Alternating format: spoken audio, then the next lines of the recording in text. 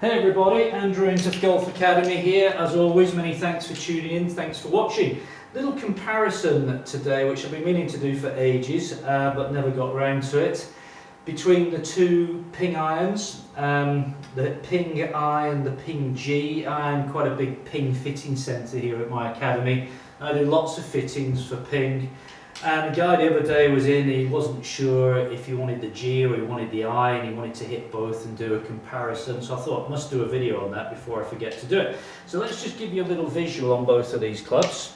So on both 7-irons, these, on the top we've got the I, on the bottom we've got the G. So let's give you a little bit of a simple sort of lowdown on the difference between these two clubs. This is off one of Ping's sort of promotional materials, point of sale materials. So the G, let's start with the G iron to begin with. Club design is game improvement, forgiveness is extreme, trajectory is medium high, club head size is progressive oversize, and the offset is medium to large. Okay, so that's on the G. Now if we go to the I, that one, we are club design. They're saying it's a player's iron. Talk a bit more about that in a minute. Forgiveness is moderate compared to extreme. Trajectory, medium. Club head size, progressive, mid-size, and offset's progressive. So what they're saying there with the offset is that the offset gets smaller, less of it as you get into the shorter irons, and gets a little bit bigger as you get into the long irons to help get the ball airborne, blah blah blah blah. Now, a question I get asked a lot about with the I is, what sort of handicap do I need to be to use this iron? Now, I'd rather not talk about handicaps and say, well, to hit this iron you need to be single figures. I don't think that applies. It's all about ball striking, really. I'm teaching lots of people who are maybe mid-teens handicapper, but really good ball strikers. Now this I, for me, is quite a forgiving club. I don't think this is a hard club to hit at all. The G, push comes to shove, I mean you can see the sort of blade length here. There's the G, there's the I. It's slightly smaller. There's definitely a little less offset on the eyes. The head size, a little bit more compact. So maybe that would suit top edges, a little bit thinner, and bottom edges quite a little bit thinner on there. So it all comes down really to the style of club you like to use. The I, I'm seeing a lot of people who've maybe used bladed type clubs going into the I because they like the shape of them. The G is quite similar for me in performance to the G30, probably a little bit more forgiving, maybe.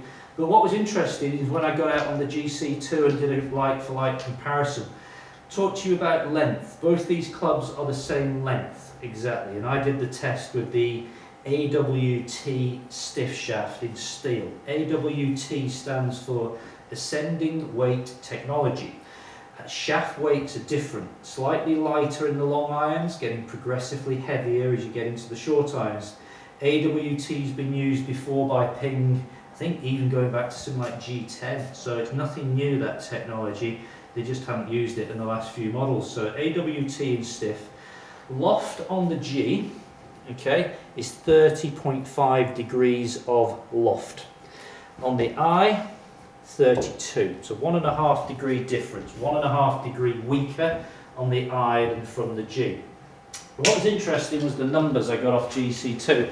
And what I'm just going to do here is just pick the camera up just for a second and just kind of zoom in on the numbers here as I talk about them. So I got 3 shots with each, as you can see, and I've tried to keep the club speeds fairly similar, which is always quite difficult in a test. But the long and the short of it is that in the G, total carry distance 159, and in the I, 160. So nothing in that. And look at the figures all across the board here, folks. We've got virtually the same launch angle.